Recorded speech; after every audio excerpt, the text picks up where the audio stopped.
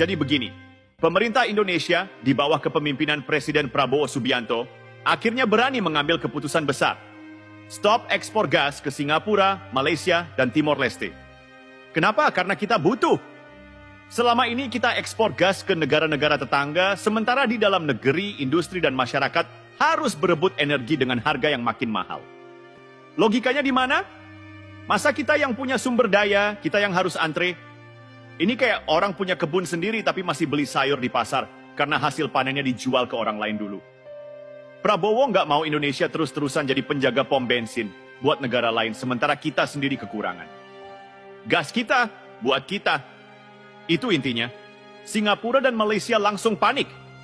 Ya iyalah, selama ini mereka nyaman dapat pasokan gas murah dari Indonesia. Singapura bahkan lebih dari 50% gasnya dari kita.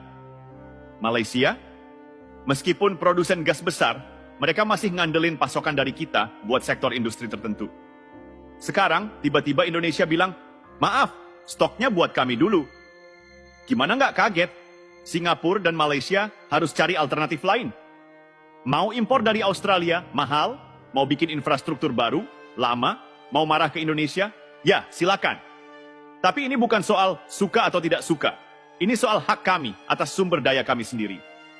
Mereka harusnya sadar, selama ini Indonesia terlalu baik hati. Sudah terlalu lama kita seperti pelayan yang rajin nganterin makanan ke meja orang lain, tapi lupa makan sendiri. Sekarang pelayan ini sadar, dia juga lapar. Banyak yang bilang, wah, ini kebijakan egois. Atau Indonesia nggak mikirin hubungan baik dengan tetangga. Serius? Jangan lupa, Indonesia bukan sekadar negara ekspor sumber daya. Kita ini negara berdaulat. Kita punya hak penuh menentukan kemana sumber daya kita digunakan. Kalau selama ini kita terlalu murah hati, sekarang saatnya kita realistis. Presiden Prabowo memahami bahwa kemandirian energi adalah kunci untuk masa depan.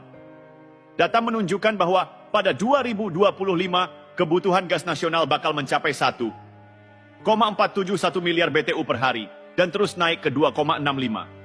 9 miliar BTU per hari pada 2034. Bayangkan kalau kita masih sibuk kirim gas ke luar negeri sementara kita sendiri kekurangan.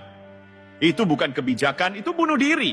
Ini bukan sekadar slogan, tapi target nyata. 71% bauran energi terbarukan dalam beberapa dekade ke depan. Jadi, jangan kira ini keputusan nekat tanpa strategi. Ini langkah strategis untuk masa depan. Sudah bisa ditebak, Singapura dan Malaysia bakal datang dengan proposal baru. Mereka pasti mau negosiasi ulang soal harga, atau mencari celah agar ekspor tetap jalan. Boleh saja bicara, tapi kali ini kita yang pegang kendali. Jangan harap harga murah seperti dulu. Jangan harap kita mengalah lagi. Kalau mereka butuh gas, mereka harus ikuti aturan main kita. Indonesia bukan lagi penjual murah yang gampang ditekan. Kalau mereka ngotot mencari alternatif lain, ya silakan. Tapi ingat, mencari pemasok gas dengan harga dan kualitas seperti Indonesia itu nggak gampang dan nggak murah. Langkah ini juga bikin peta politik energi Asia Tenggara berubah. Indonesia menunjukkan bahwa kita bukan lagi negara yang bisa ditekan atau dianggap remeh. Singapura dan Malaysia sekarang harus cari cara baru untuk memenuhi kebutuhan energi mereka. Mungkin mereka bakal makin mendekati Australia atau negara lain, tapi tetap saja Indonesia kini berdiri lebih tegak, lebih percaya diri. Di dalam negeri, kebijakan ini juga memperkuat posisi Prabowo sebagai pemimpin yang tegas dan visioner. Bukan pemimpin yang cuma main aman dan takut ambil risiko.